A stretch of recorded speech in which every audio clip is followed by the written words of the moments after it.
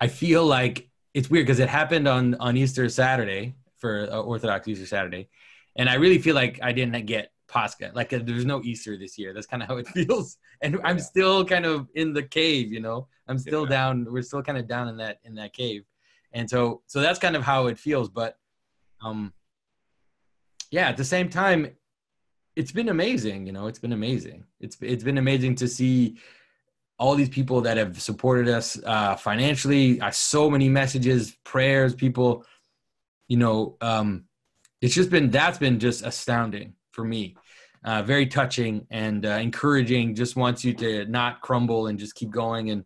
And so and I'm not a very practical person, which is one of my Really? because I'm a carver, they think that I'm a very that I'm a practical guy, but but no, I can carve the most precise little miniature, but if I cut the board for my carving, I'll make half an inch mistake. Like that's how it is for me. So now, like, going back, I was just there yesterday and then a few days ago, stripping more stuff from my workshop, putting up fans and then decontaminating with all these chemicals and stuff. It's just so counter nature to me. It's good for me, but I really have to kick myself to get to something like that. Now, is it settled that you can move back into that area? And We have a catch-22 situation. It's that we actually probably have to go back because what happens is the law that was passed a few years ago was that if you're flooded and it's a floodable area, like it's a lake that floods your house, yeah. and if you have the government will not let you rebuild, or if you accept a certain amount to rebuild, then if it floods again, they won't give you anything. So Right. they'll give you an amount. It's like a set amount. It ends up being maximum 250,000 Canadian, and you leave. That's it. You demolish your house, you're gone. Right. But because there's so many people flooded, and because it was a dike, they made us into an exception. So they've said, although it will be considered floodable area, although all of this is true, we're giving you the right to still go back and rebuild. And you have to do it fast because in 6 months, then you won't be allowed to rebuild the way that you've rebuilt. Wow. And so, which means that now we had our kids in the basement, and so they'll be in a floodable area. Like it'll be considered floodable from now on. It's like we were living in an imaginary world. So we don't want to put our kids back in the basement, but now we can't leave. We have to go back. And we have a very small house, and 2 of the rooms were in the basement, and we have 3 kids. So anyway, so now the only option we have is to put a second floor on our house because we can't, we have to go back, and we can't sell. No one's going to want to buy that house for at least 5-6 years. Right. And so it's like, so that's what that's what we're looking at. And I mean, thankfully we've had some help. The GoFundMe was pretty successful. So that'll be like a nice starting point to be able to do that. But I probably, and also I've always been debt averse my whole life. So I have a very, very small mortgage. Like it's ridiculous how little my mortgage is. So I can probably borrow on my mortgage and then rebuild. So, Wow. Yeah. But it's even the dislocation, these things work in us in weird ways. And so yeah, I continue to pray for you and your family. Thank you. I keep telling people though, this is not the first time we were evacuated. We've been evacuated several times. But not the same. This is more like our kids are older and we also have to deal with their emotional thing. Before that, it was like us, we had to deal with it. And we had some very, very small kids. They didn't know what was going on. It's like they were just on this trip traveling or whatever. Right. But now we can see our little youngest daughter who just breaks out crying because she misses her house. And I realized, she's actually never lived anywhere else. Yeah. I've lived many places. I've lived all over the map, but she's never lived anywhere else. So her attachment to that house is way deeper than mine. Yeah. Yeah. So that's been something that I've discovered, which has been touching, but also kind of, okay, so I need to take this seriously. Like I can't just also I can't just treat this house like it's just an object. I realize, Right. oh, so there's history here. I need to also consider that with my kids, at least deal with it, talk to them, and no matter what happens, but we're telling them that house that we lived in, it's gone. I mean, although we're probably going to go back there, it's not going to be that house. It's going to be something else. It's going to have to. So For a child, that is a whole different thing than it is for you and your wife. Yeah, for sure. Yeah. So, but that's life in this world, and yeah, exactly. That will be something for your kids that, and this will be a major event for your children in their lives. It'll be something that they'll always think about, and it will reshape them as they grow up. This will be something that for good and for ill, both usually. And luckily we have, we take the time to sit together and talk about it and explore, and so I think the kids feel like they're part of the discussion at least. So, yeah. But it's so weird. It's like when you're going through that, and then you look around and you see, I mean, I look at Jordan, what Jordan's going through, and it's crazy, and so you think, okay, life, you always have to remember that, like Jordan always says, no matter how bad it is, it could always get worse. Yeah. So you really have to approach things in a different way. So, and Jordan has been, it's crazy. I mean, right in the midst of, him being at the hospital every day and everything, he'd write me little notes and say, how are you doing? How's your family doing? And I'm like, Jordan, you don't have to pray me. You've got your own thing to deal with. It's okay. Anyways, yeah. I had sent him a note and just, expressing my concern and telling him that I was praying for him, and he wrote back, and you don't have to write me back. It's okay. He's a very caring individual, and that comes through, and how many of the times when he breaks down, when he talks about people coming up to him, expressing what, gratitude, what he's done for them. So, but it's a number of years ago when I got sick as a pastor of doing little series, which is sort of the Protestant way. And so I started just preaching through the Bible serially, and which allows deep dives into books of the Bible. And one of the things that I came out with was this little phrase that I plague my congregation with, which is the age of decay. Because that is the biblical sense of what we live in. We live in the age of decay. That isn't reality, but it's the age we live in. It's the governing paradigm we live within, and that's a deeply troubling thing for us. That houses go, relationships go, things we build go, and so it's. And it comes to all of us. None of us get out of this world alive. That's right. Exactly. So how about you? How are things? How's your I keep being astounded at how many videos you're able to put up. And and now what's great is I can actually watch the videos of the people that I know, which is intense. So I saw you talk to Sevilla, and then you talked to Jean-Philippe, who's been part of my little inner group that we meet every month, and we talk for about an hour, just a small group of us, like the top patrons. And we have this little seminar going. And I was really happy that you talked to him, because I really feel like he's very perceptive and very sharp. So that was good. He was so much fun to talk to. No, it's been, the last year and a half since I started the videos, it's been crazy, but it's been terrific ministry.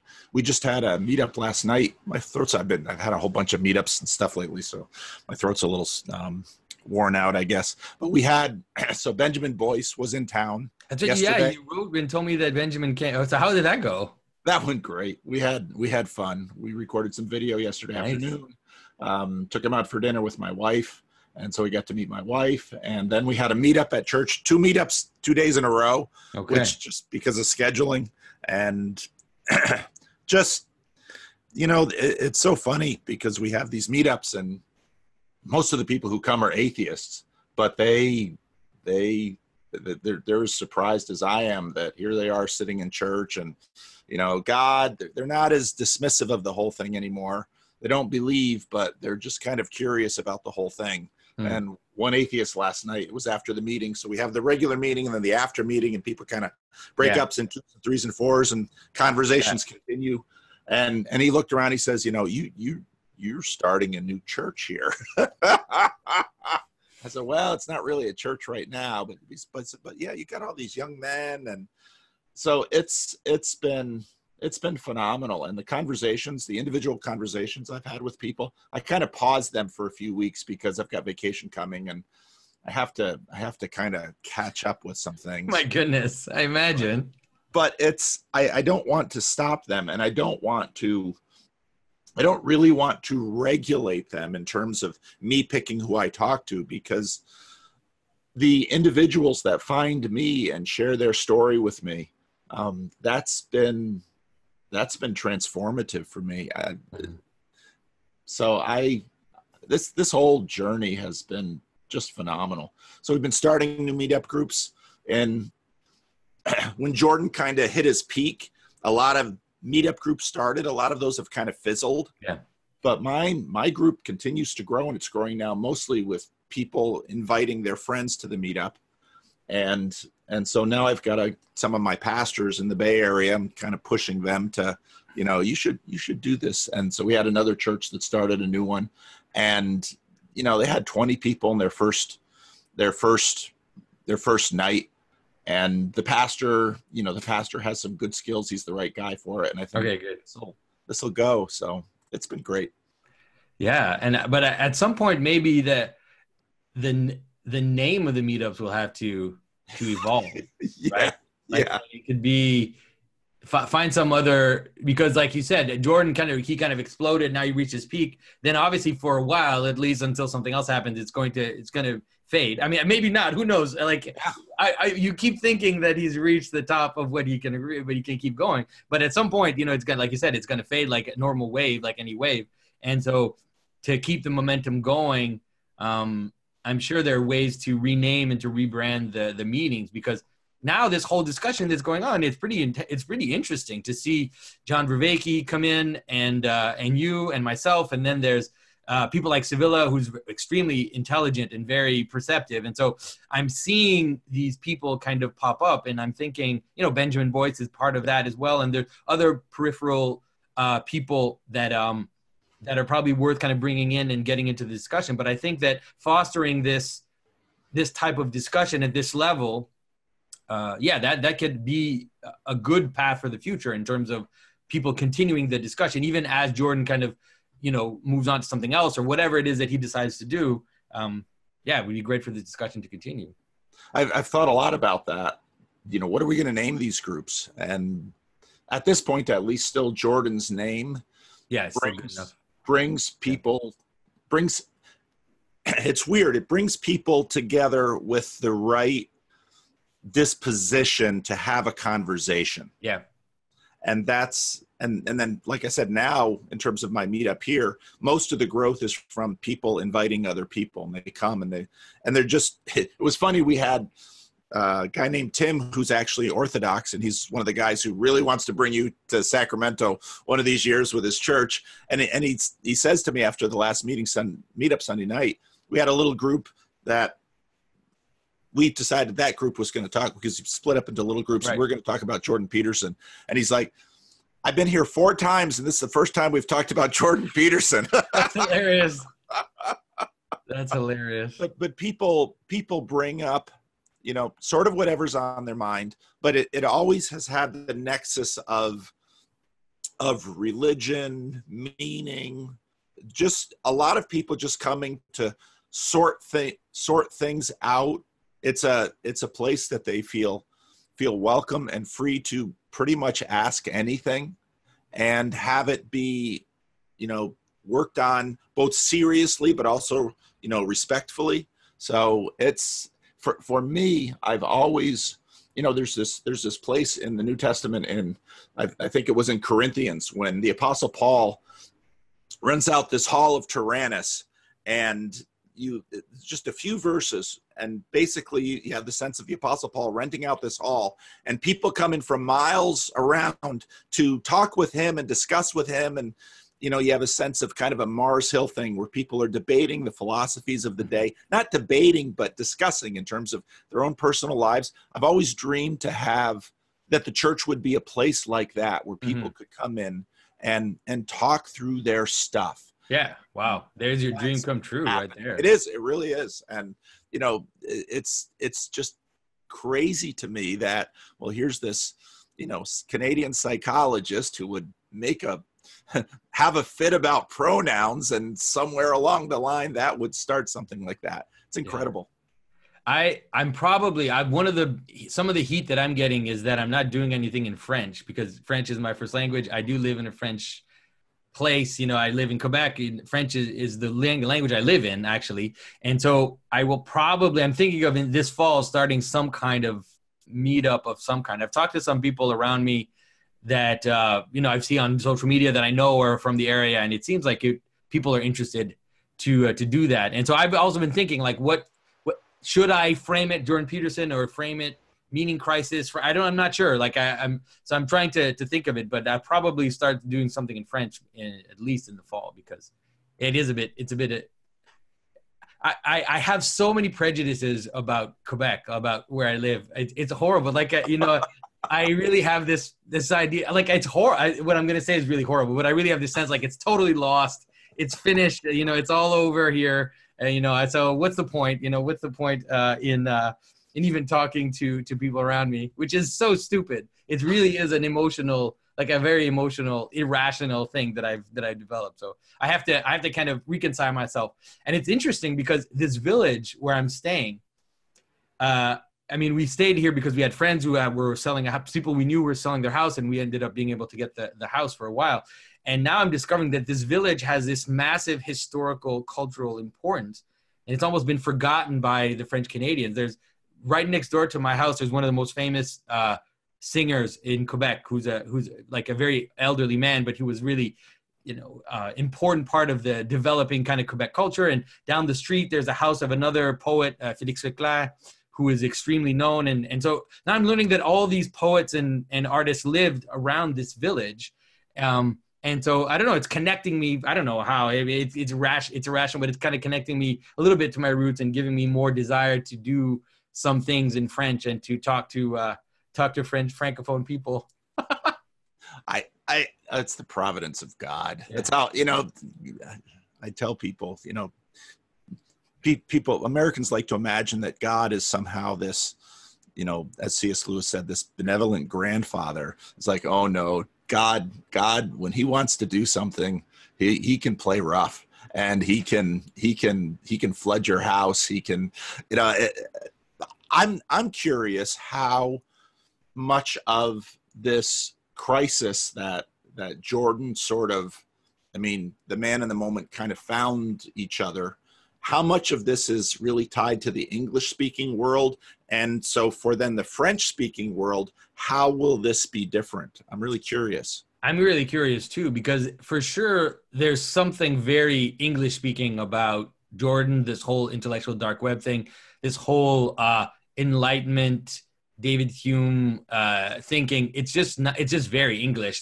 This idea of the individual, the way that Jordan frames the individual, it's very, very English. And so I am also curious to see how it's going to, at least, I don't know, how this question is going to be asked in French circles. For sure, the people that have been coming to me now, just recently, I've had people kind of coming to me, and now maybe I might even be going to France and doing some things in Europe. It's been mostly the symbolism part that they've been interested in, and kind of recovering a coherent worldview and recovering a kind of symbolic approach to life. So that's been, but the Jordan Peterson stuff, I haven't met a lot of French speaking people who have been interested in it. So I don't know if it doesn't totally connect. There's something about it. I don't know.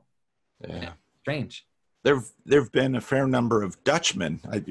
When Jordan went to the Netherlands, he had a fairly good sized audience, but the Netherlands, they're such a small country and their English is so good that they seem to tend to follow the English culture quite a bit. Yeah, I've had a lot of Swedes write me, a lot of people from Sweden.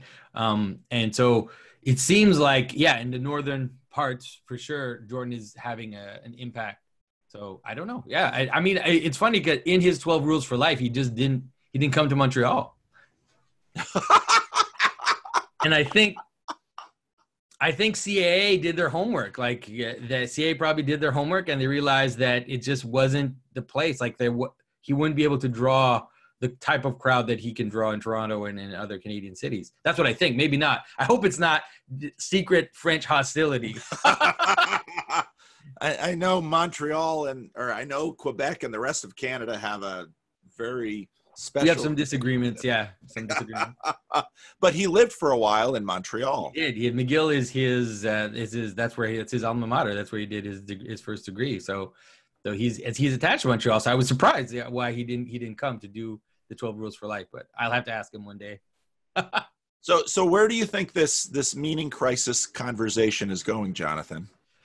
I'm excited to see. I'm definitely excited to see, and it's really pushing me also to talk about things, frame them differently, and I'm realizing that's really interesting. And I think it's the same for you, where certain questions that are perennial that you've been asking or that you've been talking about, but all of a sudden, because there's this discussion, you get the people of Rebel Wisdom, and you have John Vervaeke, and then you have other people talking about the more spiritual part of it, you could say, or the deeper questions. You have people like Ben Shapiro and Jordan who are having these discussions as well. So I think that it's forcing us to reframe the way we're talking about it so that we can come to actually discuss. And so, I always tell people, even the word consciousness, that's not, the church fathers don't use the word consciousness. But I think it's a perfectly appropriate word to use because we all know what it means. When you use the word soul, no one knows what that word means anymore. It's ruined, And so I think that to me, the consciousness question is going to be the one I think that's going to be the most interesting to kind of get to. And the problem of consciousness, the problem of how the relationship between consciousness and existing within a narrative, I think that's the key. That's the key that's going to unlock a lot of problems. And I hope that's what, and that's the thing that John Vervaeke and I that's our little disagreement. I mean, it's not a disagreement. It's just, we know that we're on two sides of that question.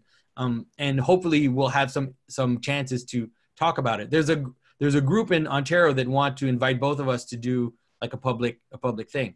And so I think that'll be interesting. And also to present, to me, it's also been about rediscovering some aspects of the Christian faith that have been forgotten or lost. That's why I have chosen certain writers or certain saints to talk about in order to bring out the more cosmic aspect, the aspect which is related to transformation, to mystical experience, something akin to consciousness, although like I said, they don't use that word. I think that's the key too. The Saint Ephrem, Saint Maximus, Saint Gregory of Nyssa, there's some writers that really give us a perspective on these questions that we're having today. And they've been a little bit sidelined because people had other issues that were concerning them. But now it seems like it's right in there, it's right in the fray. So I had I find so many fruitful questions come from interactions with quote unquote regular people. I had a woman in my Sunday school class ask me Sunday, she said, I just heard a preacher that said, forgiving yourself is not in the Bible. And because that's a big mantra right now in a lot of evangelical, you got to forgive yourself. You got to forgive yourself. And I thought about it. And I thought, no, he's right. You don't find that in the Bible. And then I thought, part of the reason you don't find it in the Bible is that these subtle relationships we have with consciousness, with how we imagine the self. I mean, some of these things have continued to change, and we don't notice the changes until, something comes up and it's like, well, look at this. It's like, oh. And I think you're right. The focus on consciousness might be a substitute for the meetup title for a Jordan Peterson thing. Although that will bring fascinating other interested parties into the conversation, as you well know. A lot more psychedelic Yeah. conversations. Like, who thought we would be having conversations about psychedelics? I mean, would you imagine like 3 years ago that you would be talking to people and that's what you would be talking about? To me, that was not was not on my radar at all. No, that totally took me. And it's so many of the people I was talking to had been in that realm. And it's like, how did I get here? And then when we started talking about it, the biggest surprise that I've had was meeting people in my church who said, "Oh yeah, I converted after a psychedelic experience." I'm like, "What? I didn't know. I had no idea that. I had never heard that before." Well, they're not going to cough that up in No, church. they're not going to say it just straight up. So, no, it's true. So I agree. I've been so. Yeah, this whole thing has taken such interesting turns, and I think it will continue to take interesting turns. I think a piece of it is that what a lot of people knew towards the end of the 19th and beginning of the 20th century, that materialism is pretty much played out. These things take a long time to kind of filter through a culture. And I think we're getting to that point now that more and more people will look at someone like Sam Harris and the kinds of ideas he's promoting and just say, it's yeah.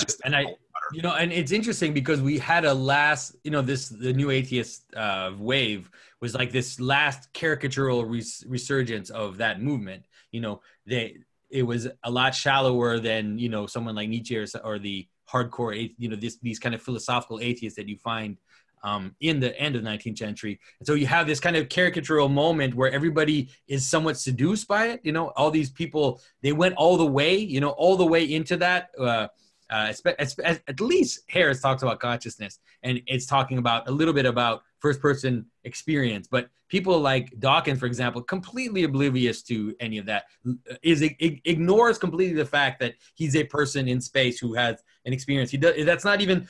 It's like he's abstracted himself from the world and thinks that he's looking at it through this objective scientific lens. And so I think that as that caricature comes to reached now its end, then it's an opportunity. Like it ends up being a great opportunity because suddenly, and you see it, I'm sure you've seen it too. You see people, you see it in their eyes that they've understood that secret. It's almost like a magic thing that was just veiled in front of them. They couldn't see it. They just couldn't understand what was significant about that. And then all of a sudden it's like, oh yeah, wait a minute. What do I do with consciousness? Like even if I try to encompass it back into the scientific system, then it creates very strange things because it's like, okay, so how does it can't just be this thing atop that we ignore, pretend that it's just, we take it for granted. All of a sudden it has to be dealt with. And so that's been to me the most fascinating thing, is to watch people understand that. And so then it's like, okay, now you've had that glimpse, you've had that awakening moment. Okay, now let's take you step by step. I'm going to take you step by step and show you what that means. What it means in terms of what a story is, what it means in terms of what a frame for reality is, what it means in terms of necessity of hierarchy. All these things are going to come back in. Yeah. Right? And then I'm going to show you in the Christian story why things are the way they are. Like, why is it that we talk about things the way we do? Because that's the normal world, right? The normal world is the world in which the first thing that you encounter is this conscious experience of being, and then on top of that you can add, the rationalization. You can add this analytic mode. It's fine, but that's not the first. It's never the first thing. I think it will be interesting to see. I think there's a crisis in Protestantism that, and you see this in some ways in the renewed interest to the more sacramental liturgical traditions. One of the things that I obviously can't miss is how many people coming out of the Jordan Peterson conversation are very interested in orthodoxy. And I think orthodoxy partly in America because It's unlike their vast experience with Protestants, unlike some of the corruption and chaos that has been in the news in the Roman Catholic Church. Orthodoxy is sort of the new kid on the block. At least in this continent, they don't have their hands dirty. Yeah. They haven't had any big scandals. We've had scandals, though. We've had scandals for sure. Yeah, but they're not known. You're not big, and they're not known. That's true. But I think there's a little bit of the. I always kind of joke around and think that there is in Orthodoxy enough of the foreignness, because the foreignness is dangerous, but it's also an opportunity, right? It's dangerous because it can kind of you can project into it. And you see people do it. I see it, a lot of people do it with Buddhism. It's like they just project whatever they want into Buddhism. And it's like, it's everything that I want it to be just because you don't know about it. You don't really know what it is. It's like, actually look at Tantric Tibetan Buddhism and you might be surprised at what you find. But anyways, and so I think that Orthodoxy has enough of the foreign to attract the attention, to kind of titillate and, kind of surprise, because we're other things are banal, but it's Christian, it can connect you back to your origin also through that fascination and through that kind of surprise.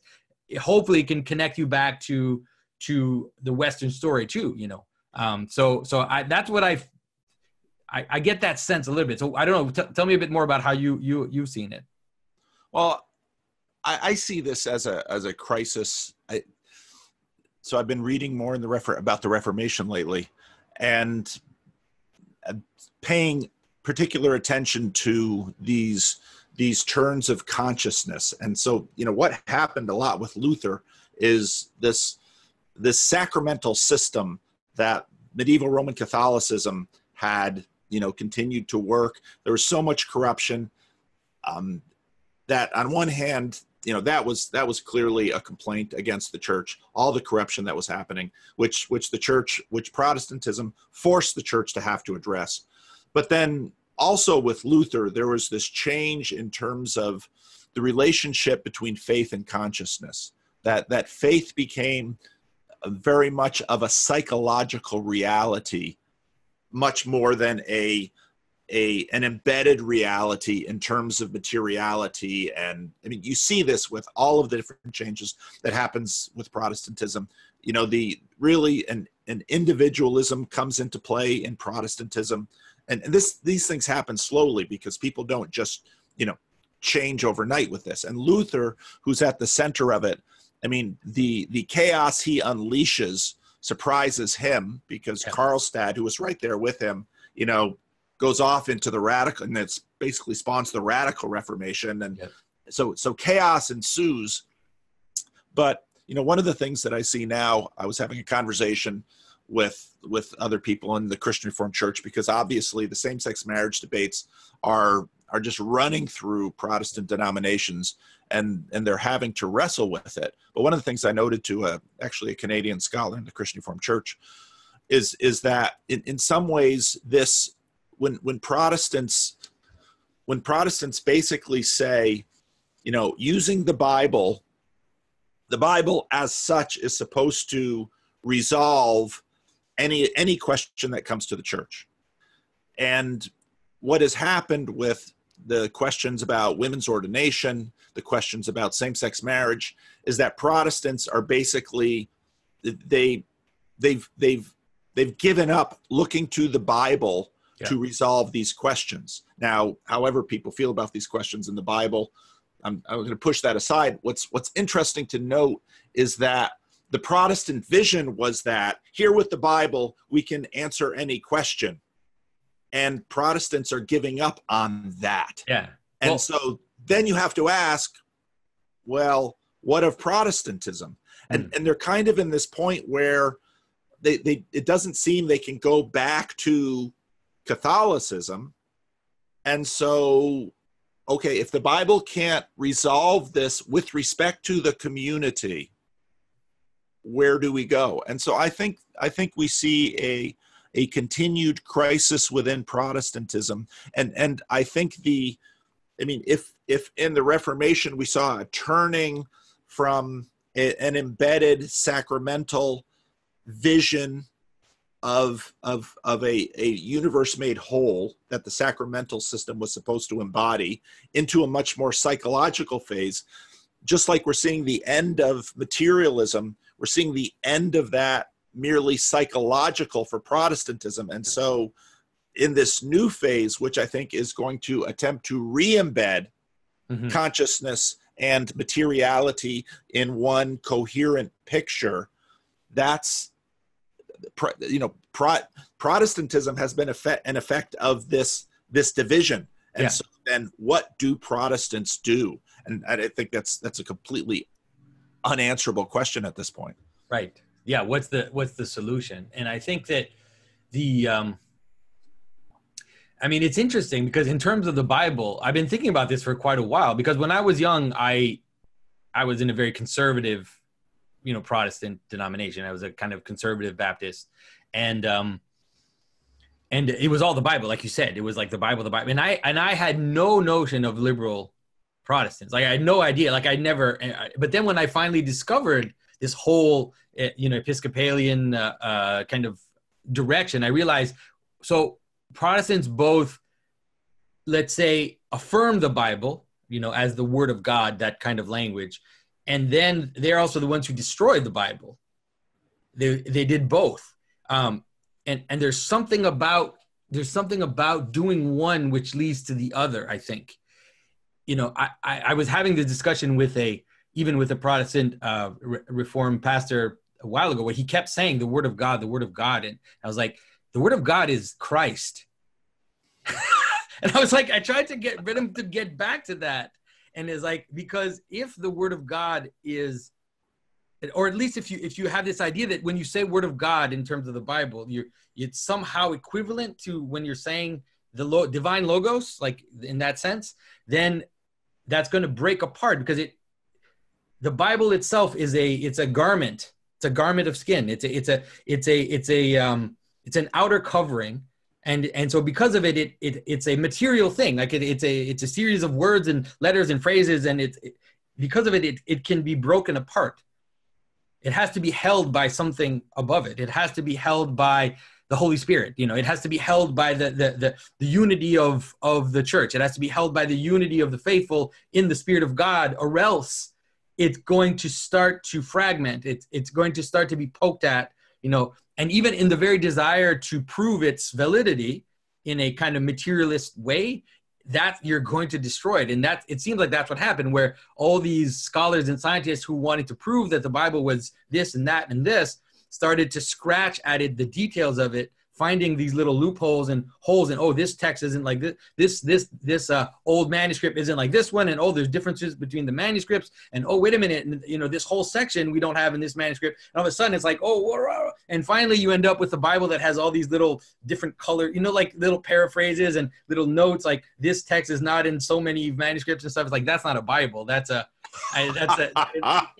You can't, at least don't use those Bibles in your church, because that'll destroy your church, to have a Bible that has all these notes in them. Anyways, so it's an interesting, and I think that ultimately it's not the sacramental system, right? It's not the sacramental system. It's more seeing the unity of the church and the Holy Spirit as being the first place where God encounters the person, right? Pentecost comes before the Bible, right? Pentecost precedes the Bible. And we tend to see it in terms of systems, like in terms of bishops and whatever, and like you said, like different sacraments. But at least in the Orthodox tradition, we tend to talk about sacramentality in general. Not so much, not that the sacraments are important. Of course they're important, but there's a kind of a joke that people talk about, where when the Eastern fathers encountered the Latins for the Council of Florence, I think it's in the 1400s, the Catholics asked the Orthodox how many sacraments there are, and the Orthodox were like, what do you mean how many sacraments there are? And they're like, there's 7 sacraments. They're like, what do you mean there's 7? They didn't understand the question. Right. It was like, sacramentality is just a whole process of how we exist in the world, and how our existence in the Holy Spirit transforms reality, and how it transforms things. And so it's as much the prayers, it's as much like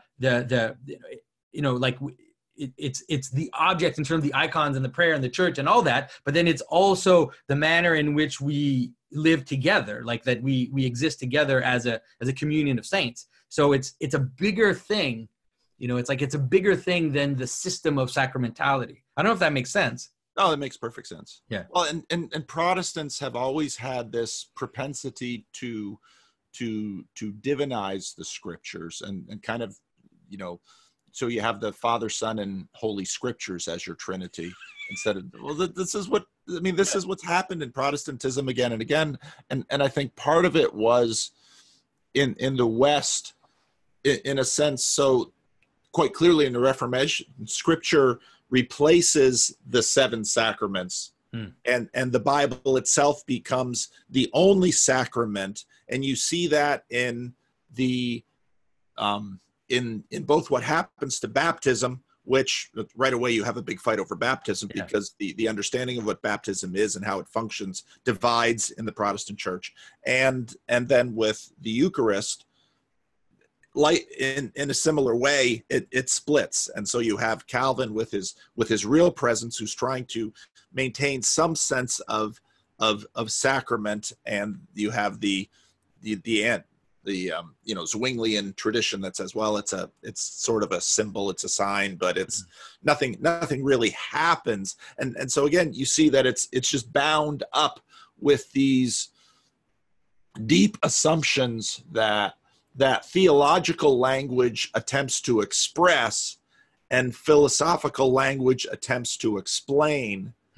But then the way the Bible then gets handled, one of the things that I noted when I was in seminary, even in the 80s, was that for a long time in the West, the church wanted to make theology a science, okay? A science in the new sense of the term science, not scientia. Medieval sense, Right, a science. And then the Bible then was, just like for a chemist, chemicals would be the thing that the chemist works on. For a theologian, the Bible is the thing that we take apart. And all of this had its, a lot of it had its beginnings in Erasmus, when Erasmus of Rotterdam comes and looks at the Vulgate, looks at Jerome's Vulgate, and begins to more and more Greek texts are around. And so he begins to look at, well, why is this? And there's this whole movement that's saying, no, the Holy Spirit inspired Jerome to write the Vulgate as such. And see, right there, you have the beginning of this thing. King James, I remember people telling me that the King James version is inspired, like it's inspired by God. Well, that's exactly right. And so you see this happen again and again in the West. They're approaching the Bible. Now I think what's going to be interesting is, so when John and Vervaeke and I spoke, we had a conversation last week, so when I listened, so it was very interesting listening to Sevilla, because she's talking about Vervaeke and you, and I'm kind of watching this and saying, wow, she's seen some things in between the two of you, and I, this question of return. And I, when I think about what's next, I don't know where Protestants have in some ways, ever since the Reformation, been to work off your current situation. They've in a sense been homeless in some ways. And so they've been kept trying to establish homes. And they're going to build their own homes in typical Protestant fashion. Nobody else got this right except us and our little group. So I don't know what this new turning that we're seeing now will mean for Protestants. If clearly many are going back to, but in some senses. I had one colleague say to me, if the East and Rome ever make up, I'm in.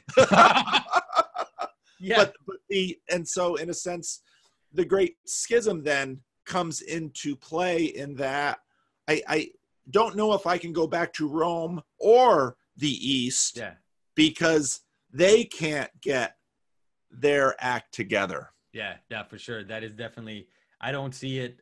To be honest, in the eschaton, is the only way to see it. But I want to come back to the sacramentality question. My question to you is, let's say now with this kind of new perspective on consciousness and on patterns, let's say on patterning, and how how it's inevitable that there's patterning in our human engagement, patterning in the way we frame the world, frame our narratives, all of that. If I would say something like that there's a hint of sacramentality in a handshake, like, could you see that could then be in a hierarchy of sacramentality, yes, which would lead to communion, which would lead to the Eucharist as, let's say, the anchor of the world, something like that, or the anchor of the church. But then that also then filters down and it helps us also then to understand how we are constantly engaging in symbolic, in the sense of condensing, right, in symbolic actions amongst each other. But then also when we frame our own story, our own narrative, we're acting in this kind of symbolic way. And all of that has a ultimately sacramental process. Yes. We were talking about, this is something that someone asked me in a Q&A once at an event, actually. And it really struck me when they said it, because I knew it, but it's one of those things where it was formatted in the right way, when they said, if you do like Christ says, which is, if you see the good in the other, and you always looking for the good in the other, and you're always looking for Christ in the person in front of you, won't that then transform reality for you? Won't that actually make it, if you participate in that and you let yourself go and you actually don't look at people's faults, those faults in a certain manner will be diminished. They'll be lower in the hierarchy of attention, you could say.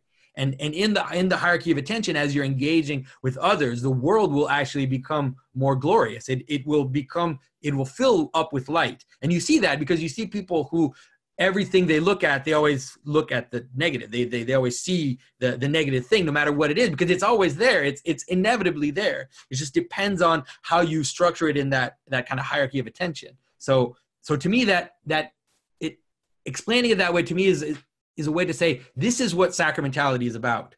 It's about that, but then it also does include baptism, marriage, all these gestures that we pose, because they're the most condensed version. And if you take baptism, for example, it's like, that's the story. This is it. This is the go down into the water, go down and get the spark. You go down into the water, you leave your dead garments, and you come out, vested in Christ. And so it's like, that's it. Doing that actually is a transformative thing. It's not just it's not some woo-woo magic. It's like, it actually, that's how the world works, through those types of gestures. It's just, this one is so condensed and symbolic. But every time you like I said, like every time you shake someone's hand or you say hello or you do that, you're participating in the same process. Right.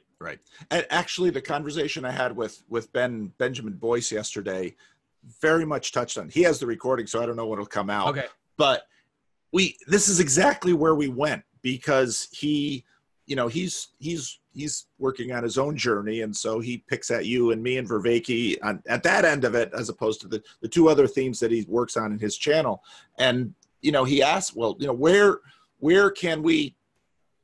So when I listen to people like Benjamin and many other people I talk to, they always focus on, well, where can I find this experience? And what they're sort of saying is that they're imagining that this experience is going to be something akin to, again, a psychedelic trip.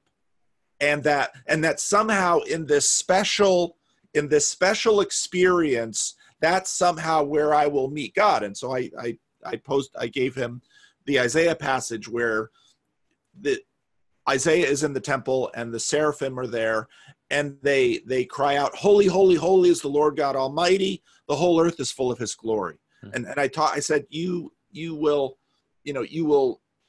encounter God you walk into Yosemite Valley and everyone's like, oh, well, there's his glory. And I said, even after a meetup, we finish our 2 hours and then we take our little picture, and I do that to kind of break the group out of the table. And then they all break down, and I stand in the church and I watch clusters of 2, 3, or 4 people having clearly meaningful conversation. I say, well, I see his glory there. And in fact, I think I love the way you phrased it, because it is sacramentality. We see him all over the place, and it's in a handshake. It's in the child. It's in my encounters with the homeless. It's not a separate, here I'm going to go into a trance or take a psychedelic drug, and in this special little place, that's where I see God, because he's not everywhere else. No, he is and this is where I get, you mentioned we should talk about God 1 and God 2. God 1 is the whole earth is full of his glory. There's you keep bumping into him, not just when you're, when chemicals are rushing, illuminating your brain and you're in some ecstatic state. You bump into him with the embrace of your wife, with, and even that, I'm elevating it too far, with sitting down for a meal, and all throughout. And so this is part of what I think this is a function of the question of consciousness and materiality. And that we have said, well, spirituality is this unique set of things over here. And no, not just when you're on a psychedelic, or not just when you're in a service and sort of flushed with the majesty and the beauty, or if you're Pentecostal, when the Holy Spirit descends on you. Not just those places, but that then triggers people in terms of the pantheist conversation, because when they hear that, then they say, well, God is everything. And like, no, that's not it either. And well, why can't you just tell me? Well, I don't know. Like you said, the idea that the earth is full of his glory, I think that's it. Like, that's the way to see it, that the glory of God fills, upholds, is the secret behind everything. It's the thing that's hidden in the world, and if you, with the right eye, you can encounter it. And I think that there are, if you read there is the possibility of a deeper transformation. You see it. I mean, if you read the lives of the saints, you do have this idea of a kind of illumination, that they are transformed, that their life is transformed, that they participate in God's nature, that it is a kind of ecstasy, a kind of a kind of rapture. But that doesn't just come to you. Like, it's not an experience that you go somewhere to get. It's something that you encounter through a life of prayer, of contrition, of confession, of all these and of loving your neighbor, and living in the life of God. Then you approach those moments. If something like that is just given to you, I think that there's something counterfeit about it. There's something dangerously counterfeit about it. And the church fathers and the modern fathers, they warn us about kind of pseudo spirituality, this simplistic experiential spirituality that you just have these experiences. And if an experience doesn't transform you, doesn't make you love your neighbor more, it's pretty useless. I mean, it might be fun, but that's not the point, right? There's something, it's supposed to transform you. Well, and I think, what happens with a saint is, if a Protestant may use that word, the point of Protestantism, dangerous territory here. Right. But the point of Protestantism is that sainthood is not for a special class of people over there. Sainthood is God's desire for all of us. Yeah. And I'm sure you've had this experience too, when you meet someone who has, at least in your estimation and in your experience, achieved a degree of sainthood, you begin to notice that for them, the world is the world is very alive, Mm. and the world is very alive with God. And it isn't just with these separate experiences. I think actually the drive to locate God only with certain kinds of elevated experiences or flow states, or however we might want to say it, is part of this instrumentality that I think is at the heart of the meaning crisis. Yeah. Owen Barfield, who's a very interesting guy, wrote about this quite a bit in the middle of the 20th century. And one of the points that he made was the degree to which we explain is exactly the degree to which we lose meaning. And I think what's the key thing in that is, in a sense, our instrumentality, because the desire that we have for mastery of nature is directly related to our ego, if that's the right term, or our consciousness's desire to, I think, live idolatrously, which means that we are going to turn the entire world into our slave. Yeah.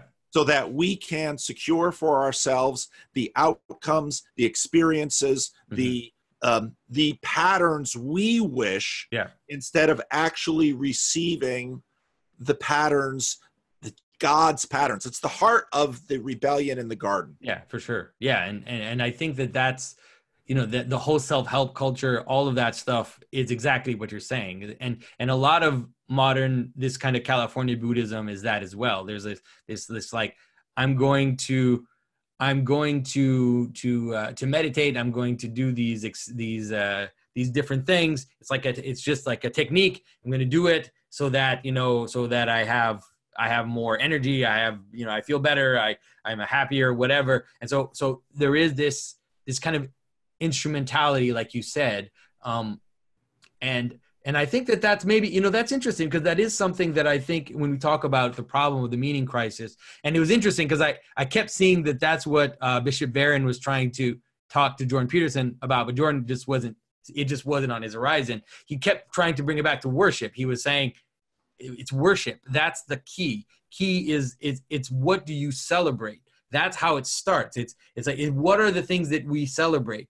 And that comes way before all the other questions of, like you said, this idea of I'm going to use this technique or this technique to achieve this goal in my life or whatever. The first question is what we celebrate. And that's something that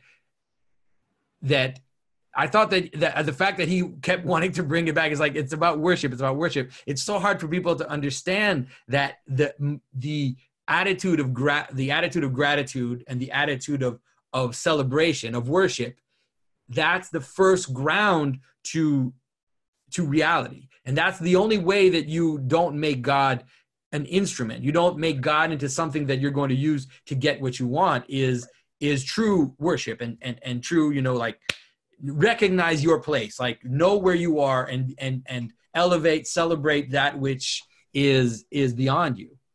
I think the difficulty that Jordan and almost everyone I talk to has when we try to lay this out as we usually do, what people hear is, okay, well, this means that it's, if your orientation is instrumental, all you see are tools.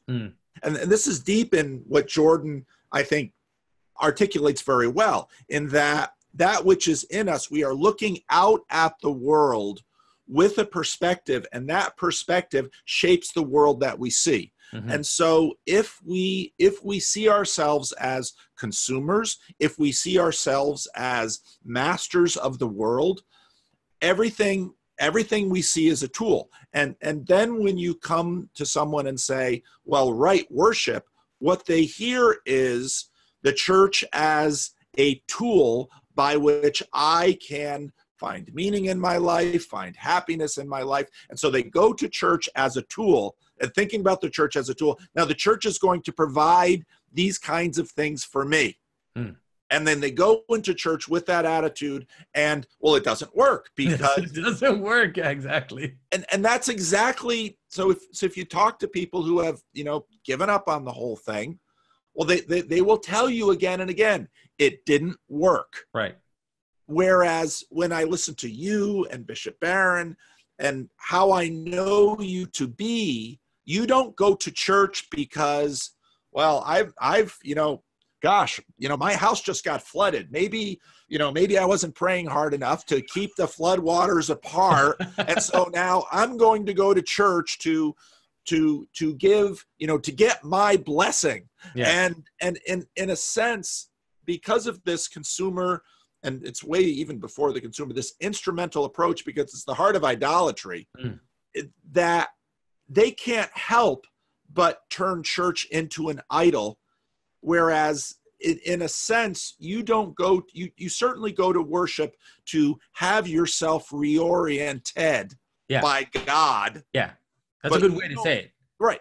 You don't go to church in order to, well, shoot, I better go to church because my wife needs straightening out and my kids need this and I need more money. I mean, you don't do that. Yeah. I'm sure I do sometimes. Well, yeah, there's a part of us in that. I was going to say, it's like, I don't know. There's sometimes where it's like, because the thing is, the thing that happens is that the lower aspects that you mentioned, this idea of finding some kind of stability, finding some kind of relief, even in terms of confession or finding legitimacy or there's all these things that actually you do end up getting.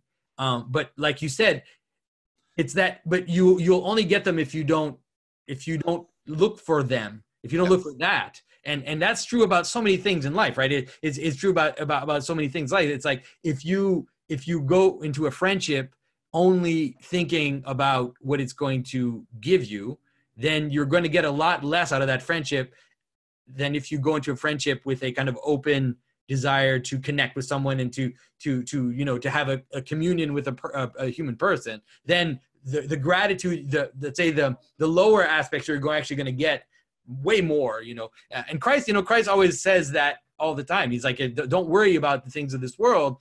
If you focus on God, if you celebrate God, if you live in the kingdom of God, then you'll get those things. Don't worry, they'll be there. Like, that's not the point. That's not the point of life. Well, and I think what happens in the Enlightenment is we're so impressed with our success at being intentional scientific consumers that we have been able to achieve electricity, levees, flood insurance, air conditioning. We have been so impressed by this. But Jesus says, if you gain the whole world but lose your psyche, I mean, I think what Jesus is saying right there is basically he's saying, here's the meaning crisis for you. You've made an exchange. Yeah, exactly. You are living comfortable consumer lives with air conditioning and all of these things, but you've lost your soul. Yeah, and it's fascinating to hear people wonder, and you hear people, it's like, why is it that we have all these great material things, but our society, the social fabric is eroding? I don't understand. It's like, wait a minute, didn't Jesus tell you? Hasn't it just been one of the presuppositions about the basis of Western civilization, that if we focus ourselves on those, those smaller things, then we'll lose the higher one. It's like you have to orient yourself properly. Well, and I think for both of us, we had experiences earlier in our life of going and living with very poor communities. And one of the things that would happen is North Americans would come to the Dominican Republic and they would meet the Haitians and the Dominicans, sort of like, touring, going on safari with, we're going to experience some Haitians. And one of the things that the Americans come through and say, they're so happy. Now, first of all, they're polite and they're hospitable, so they're not gonna, here's a stranger, let me tell you about all the troubles I have in life. No, they're people with social skills, so they don't do that. But I think that experience that wealthy North Americans have of, they're so happy is, how can a person be happy living in desperate poverty with none of the material success, comfort, or security that we prioritize so highly, how can they live without that and actually live normal human lives? Yeah. No, I agree. I wanted to look, because we wanted to talk about God 1 and God 2, so I want to try to get to that before we kind of run out of breath. So maybe, because I think that maybe I'm over interpreting your God 1 and God 2, because to me, like, the way that I see it is that they're the same. Like, to me, they're and I think you think they're the same too. Yes. But I think that maybe, to me, I don't see them as being opposed or as being distinct. To me, one flows out of the other, in the sense that when you talk about God number 2 flows out of God number 1, Yes. right? And you could say something like the manner in which the infinite encounters the particular, right, is going to will necessarily look like will. It will be will. There is no other way for the infinite to encounter the particular. And so that's going to, and it's going to be adjusted. It's going to be an answer to a specific. It's not going to just be the infinite, right? It's going to be an encounter, and therefore it's going to be an answer to a prayer. It's going to be it's going to be something which seems to shift things in a way that you might not understand. It's going to be something that's going to open up things, provide opportunities. All of that is going to happen. It's going to be it's going to look like will, because that's like I said, it's only because we don't consider the idea of being or consciousness. We don't consider it. We think that it's not part of, somehow not part of the universe, that it's some epiphenomena, despite the fact that it's by that we actually understand everything. But as soon as consciousness comes back in, you could say it's the same about even you, right? That you have your person is somehow your soul or your spirit or whatever.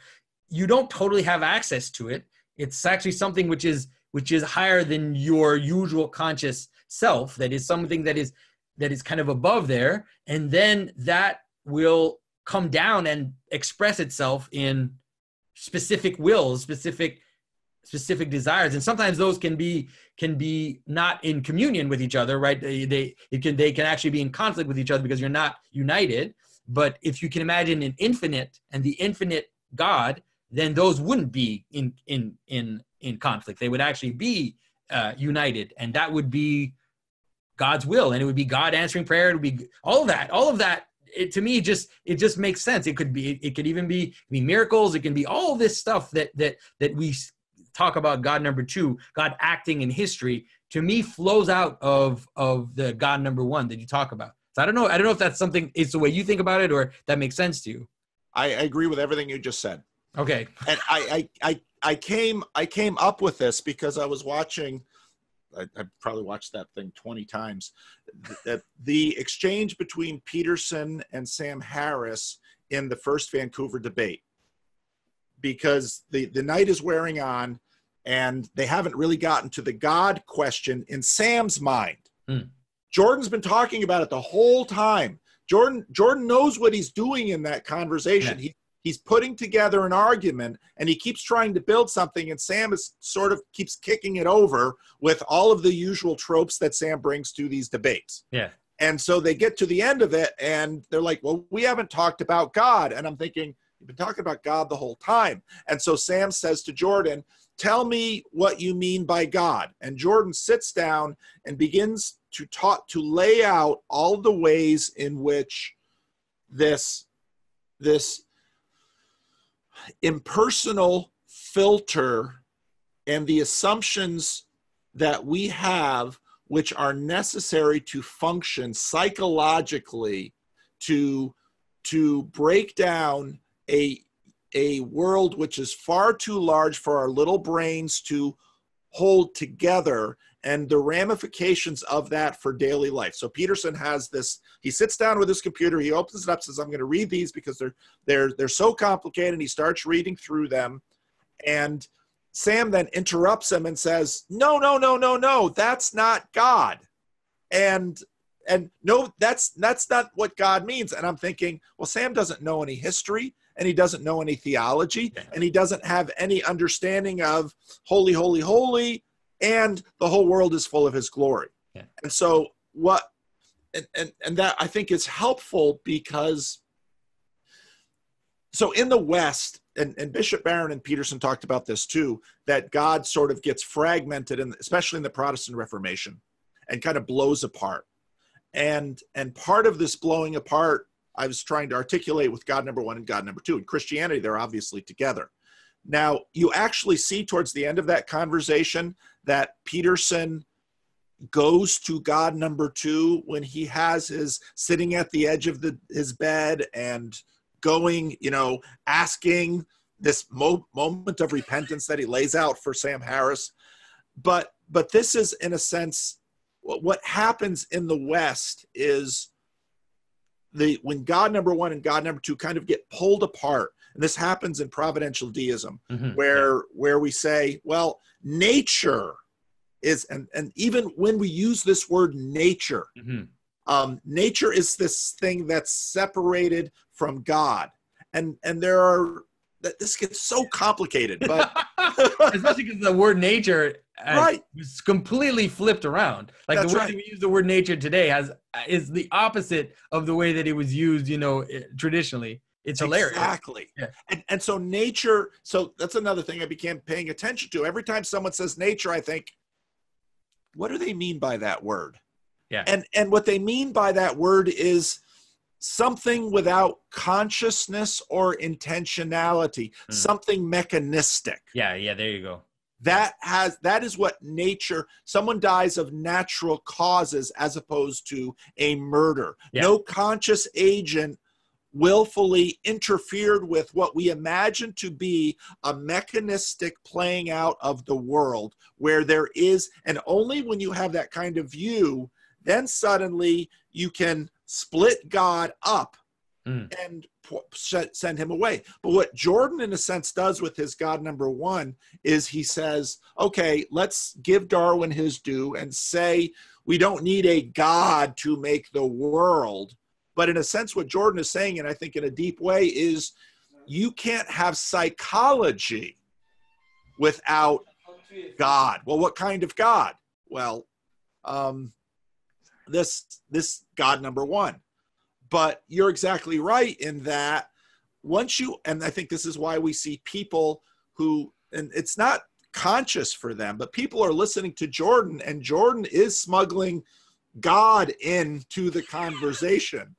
And that is leading people to God number two, because you can't help it. Yeah, I remember that moment in one of the Sam Harris talks where Jordan mentions this idea. He said, if you ask something, you'll get an answer. And Sam says, yeah, I've done that. It works.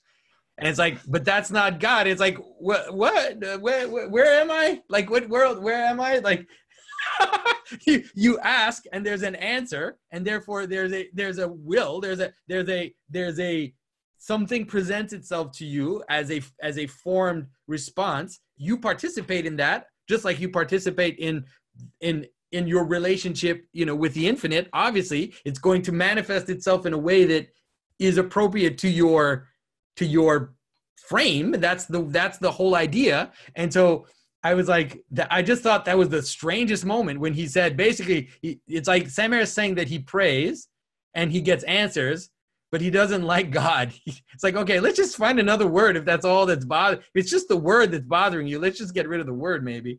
But that is the heart of our rebellion. Yeah. That is in a sense Adam and Eve saying, Satan suggests, well, God doesn't have your best interest at heart. What that's saying is God isn't love and doesn't love you. And therefore, when I listen to people and I think what really is at heart of the motivation to banish God from the world. Even the psalmist, no ancient person would say there is no God, because that was just silly. What they say is God is absent, doesn't see, doesn't care, won't hold me accountable. That's what the fool says. The psalmist says in his heart. And so what I find when I listen to it, and this even comes to the complaint about Calvinism, which I hear often because I, say I'm a Calvinist, You're reformed. which is, what gives God the right to make decisions about me? And I hear that and I think, that's just nuts. Because tell me how you are how most of you is the product of your choices. It's so naive. Yeah. You didn't choose when you were born, to whom you were born. You didn't choose the genetic makeup you have. Most of your life, you don't choose. Mm-hmm. But to say, well, God somehow thinks he has the right to make decisions about my life. It's like, well, that's kind of thinking toddlers have. God, it's because you think that God is a guy that's like you. What is that horrible song like that God's coming back home on the bus or something? Like these horrible ideas about God as just and it really comes with this whole this whole weird multi-dimensional idea, this whole idea, this horrible idea, Alex Jones types idea, where this idea that the spiritual world is like another world, like it's like another dimension, and God is like in another dimension. It's like as if God is a being, and people have lost the whole idea of principality, the whole idea of hierarchies of beings. It's all gone. It's all level, Right. And so they don't imagine angels as principalities. They imagine angels as just beings that are there in space, but you can't see them. And maybe you could see them, and then they could chat with you. It's like that drives me insane. And so I think that when I hear people talk about God that way, I keep getting angry, because it's like you're taking the lowest version of God that, like, the most uneducated person believes in, and you're arguing against that. And it's like, I don't know who you're arguing against. At least it's not me. At least it's not any of the church fathers or any of the classical theists. It's Jerry Falwell. That's horrible. I shouldn't say that. Let's bleep that out. Anyway, some just like kind of. Anyways. Well, so when I was talking to Benjamin Boyce yesterday, I was saying, if you look at the 10 Commandments and you look at the commandment God gives, which this commandment alone should make people stop and say, there's something special about the Bible and this whole thing, Judaism that leads to Christianity, because when God commands, you may not make an image of me from anything that I have created. What that commandment says is, you cannot reduce me to anything that you can represent with your mind. Now, this puts us in a problem, because in order to relate to God, we need representations. And Jesus comes along and says, Father. And I thought, when Nathan Jacobs had a conversation with Hank Hanegraaff, I thought Nathan Jacobs laid that out well in terms of how the fathers talked about Father, Son, and that relationality. In other words, we need representations in order to relate. And so Jesus gives us one. Here's Father. But every such representation comes with its vulnerabilities and liabilities. Yeah. But right at the beginning, God says, do not represent me with a calf, with a big statue of a man, with any graven image, because once you do that, you set up exactly what you just described and exactly what we've done. And so what happens when, in a sense, God number one gets banished by Darwin, what Christians begin to do, because, oh gosh, there's way too much sunk cost in Christianity. God number two, this relational, what if God were one of us, this relational imagination, this relational representation gets expanded to fill the void. And you see this in a book, let's say like Chuck Colson's Born Again, where here's a guy all his life going to the Episcopal Church, comes home after meeting with a born-again evangelical and says, I'm a Christian. And his wife says, Why have we been going to this Episcopal church forever? I mean, what was that about? No, I know Jesus. I have a personal relationship that personal with Jesus. Yeah. And so it's, in a sense, God number two expands to make up for the God number one that Nietzsche declares has been killed. Mm-hmm. And so, obviously I don't believe that there is this division in God, but in terms of our representations of God, this is, I think, is something that has happened in the West. And this helps us understand why Jordan Peterson lays this stuff out. Sam Harris says, oh, no, that's not God who would complain about, masturbation or what you do with your body. And then they go into this interesting conversation where Jordan basically says, and I'm thinking about doing a video on this, Jordan acts as if God number two is real. And the reason and I think you laid out exactly why that can't be helped. It is the only way we can actually give God right praise. Mm-hmm. So that's for me, why the language of God number one and God number two, I think was helpful for explaining some of what has been happening in understanding the where these discussions aren't connecting, like where they're not. And I think you're right, and I totally agree. And I think that because of people like Sam Harris and the preponderance of, let's say, evangelical discourse in North America, I think that in a way that's probably why also that I've talked more about the transcend, the infinite aspect of God, and this kind of this idea that like the earth is full of His glory, that type of representation. But I also think it's absolutely inevitable that will then become will, like it will become will, and will become all these things that you kind of associate with God number two. This idea that God can reveal something to you, that you can have, that God can help you, can redirect you, that God can, all this stuff is, to me, is an inevitable consequence of God number one, but also inevitable consequence of re-understanding the world through consciousness, re-understanding the world through, the supremacy of consciousness, like the fact that the filter, all of that is inevitable, so. Right.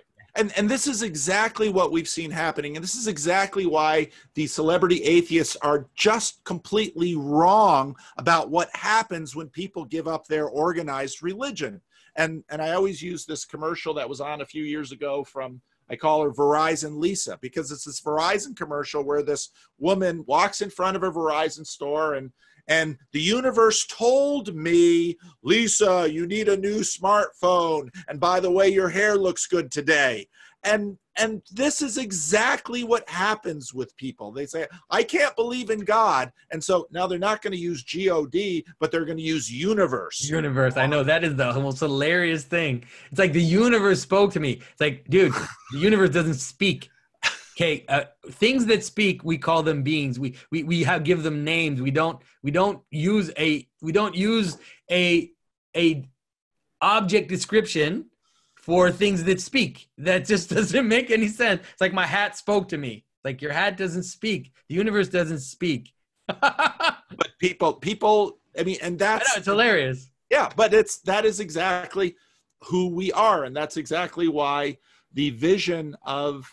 And Peterson gets at this with Matt Dillahunty when they start talking about his lawnmower, and Peterson knows this. The difficult thing is, and here's the problem, and C.S. Lewis nails this when he talks about pantheism, because C.S. Lewis says, what happens when you play, basically when you pray into the void and the void speaks back, and you realize, well, what if this isn't, a figment of my imagination?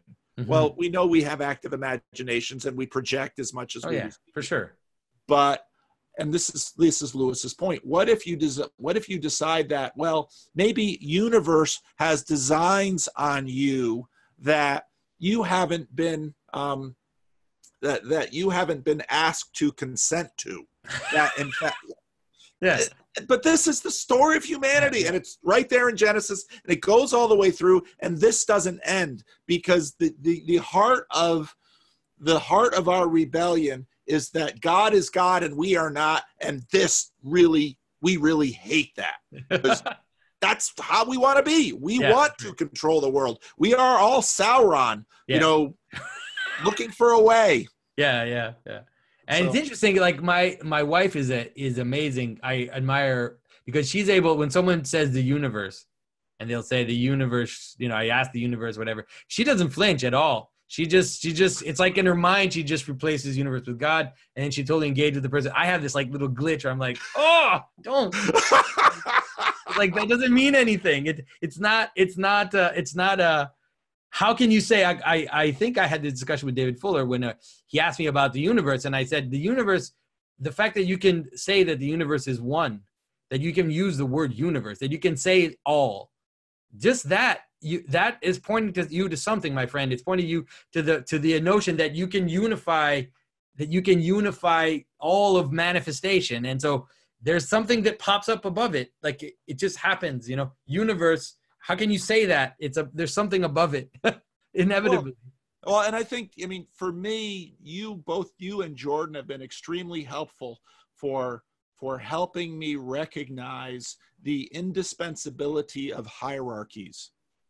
Because we all, again, once Benjamin releases the conversation we had, and he talked about the social justice thing and how, certain people are saying they're creating kind of a little island of privilege, in that what I am oppressed, instead of I think therefore I am oppressed therefore I am, or I am black therefore I am. Yeah. And what they have to do is establish one little space that they won't deconstruct. And it's like, well, there you go. There's your idol right there. Yeah. And the way, gosh, you guys have, I always keep this dollar bill on my thing to look at the little pyramid with the separation of, because here's the thing. Once you violate that third commandment and make the thing that cannot be deconstructed into the top of your hierarchy, you have now created a hierarchy that cannot stand. Yeah. And you're right. And it will fragment and it will splinter inevitably. Yeah. Yeah. And you cannot actually have a community around it, because, well, I am black. Well, that means everyone who is not black can't be part of your hierarchy. Yeah. And you're going to have a supremacist structure. And I think just recognizing hierarchy is fundamental in this. Yeah. But then you get into the fact that what happens with Christ, and I realized this a number of years ago when I was going carefully through the Gospel of Luke, is Christianity is this amazingly subtle working through of equal and hierarchical. It's just back and forth. And you see Jesus. So when Rebellism actually came to Living Stones, which was a hierarchically a mind-blowing experience, that a British film crew would come to this church. And the one thing that Ali noted in my sermon that kind of caught his attention was, you see this with Christ, because he's at the top of the hierarchy, and he says, well, I'm at the bottom. I'm the servant of all. Yeah. That's why I say Christ is not at the top of the hierarchy. It's not the right way. It is the right way to see it, but you also have to say that Christ fills the hierarchy. That's what he does. He's actually the entire hierarchy. So it is right to say that he's at the center, he's at the top. All of that is fine, but you need to really understand that he fills it up. He goes to the bottom too. I mean, the descent to Hades, the crucifixion, all of that is jamming the entire world into one. Crucifixion is insane. It's like jamming the entire world into one event, where the top and the bottom completely meet, where the mockery of Christ declaring him the king is an actual declaration of kingship, where it's like all of it smashed together. The story of the crucifixion is, it drives you insane if you think about it too much. But I wanted to get to this idea that you said, because I think that that's one of the things that, like, for example, Jonathan Haidt gets wrong, is that he's understood circumambulation. He's understood this basic pattern, but he thinks that you can just put anything there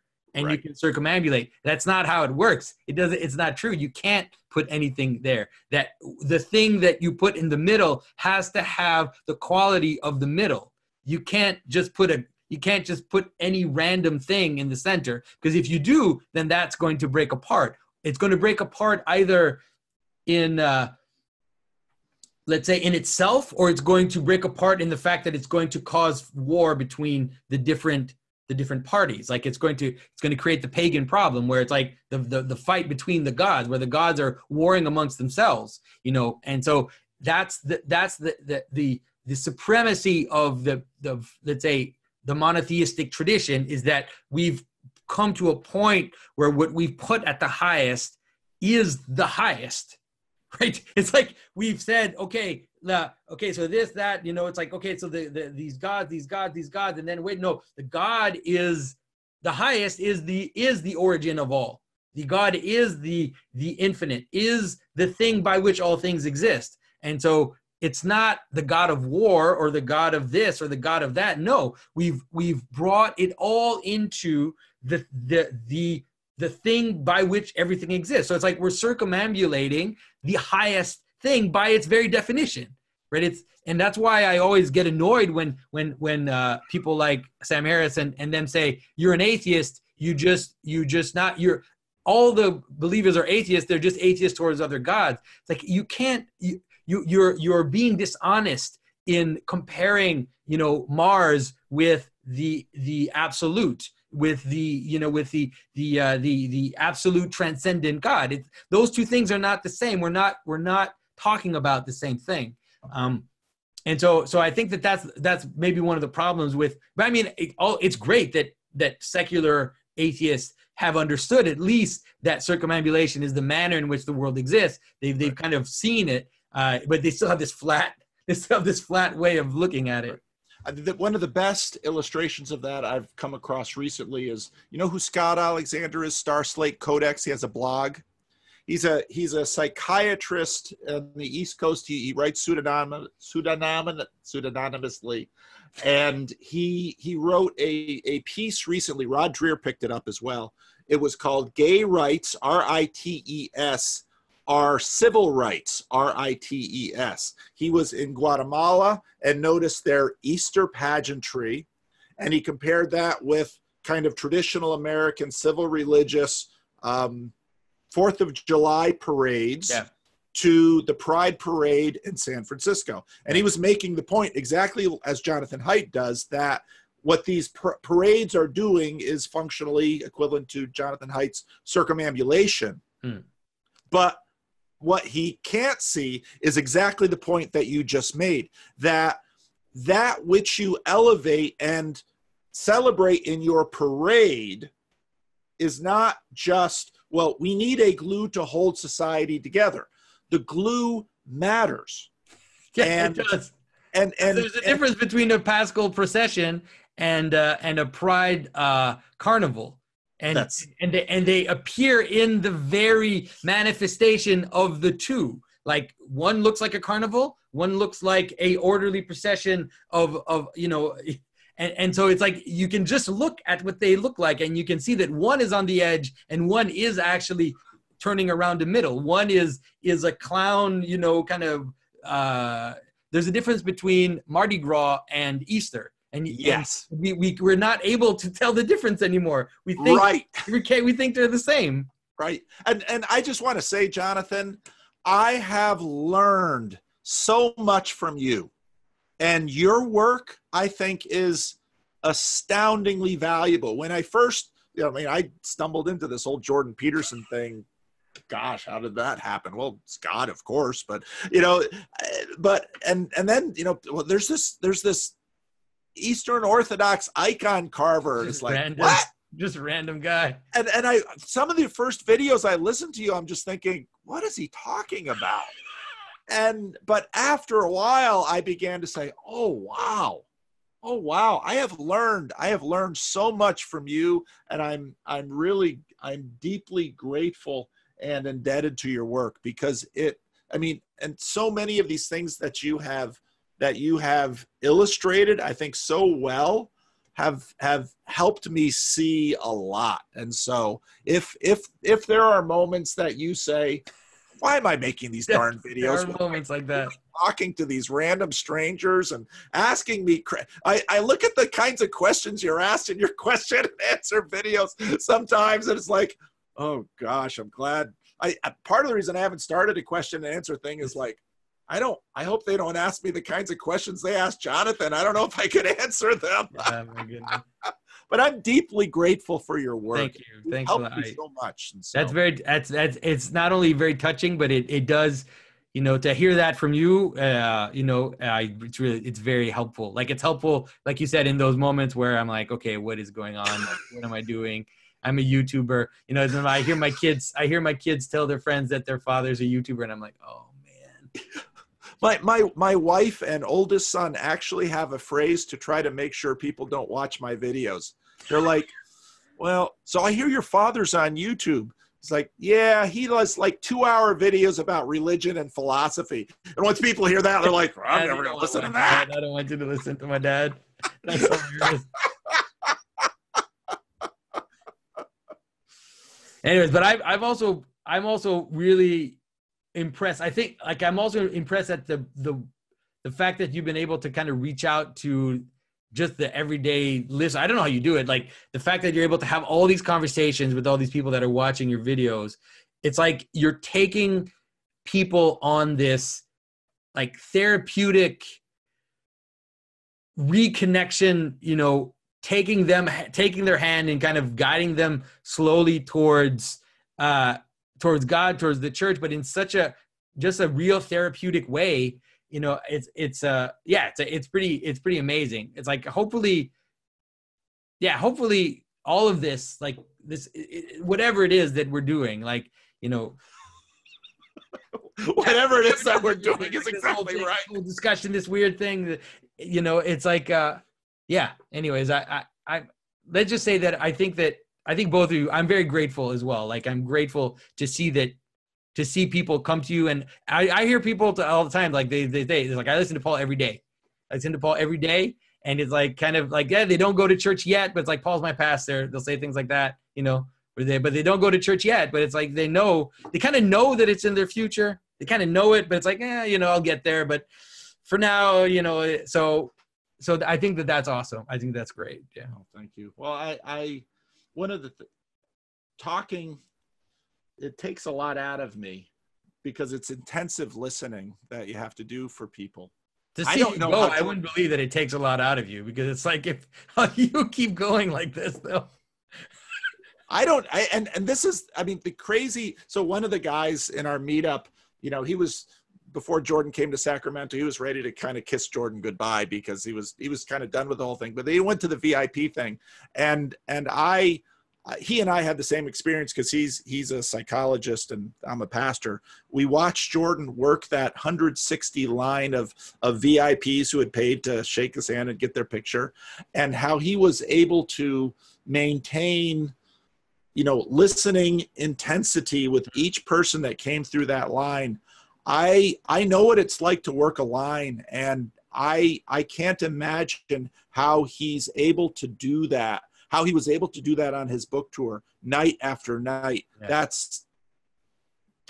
That was phenomenal. I couldn't imagine it, because I love the conversation with randos, as they call themselves, because and here's the crazy thing about human beings. They're image bearers of God. And every single person that comes to me, especially if they can just tell their story, and many of the stories I can't publish because they're too personal and it would involve parents or children or something like that. But it's a like we said earlier, it's a holy thing that becomes holy ground where they share the pain and the tragedies and the victories of common life. And God has been all over their lives, and they haven't recognized him sometimes or seen him. And as the great privilege of being a pastor is to steward those stories and hopefully allow others to see God through the stories of ordinary people. That's one of the things I learned from my father and his ministry. and I think he learned from his father and his ministry. So I have to figure out how to do that in a sustainable way. So. Wow. Well, anyways, it seems like you're succeeding in my perspective, because I couldn't, like, I think that so I think at least for sure the fact, and even if you tell me also, I didn't know that a lot of the videos you're not putting up, so it means that you're having even more conversations than the ones we're seeing. So that's pretty cool. I think that's great. Well, people are image bearers of God, and even if they're far from God or can't see God anywhere, God's glory is, their life is littered with God's glory, and God is working in the things that they don't see, and it is an amazing thing when they come to a place where, suddenly they came around a corner and, oh my goodness, there's God. And it's the C.S. Lewis pantheism quote. And okay, well, what do I do now? Yeah, that's exactly right. What do you do now? When you find the burning bush, do you run away? That's a reasonable thing. When you hear the voice that says, take off your shoes, you're on holy ground. Well, the best thing to do is obey, but we're messed up creatures. We're something.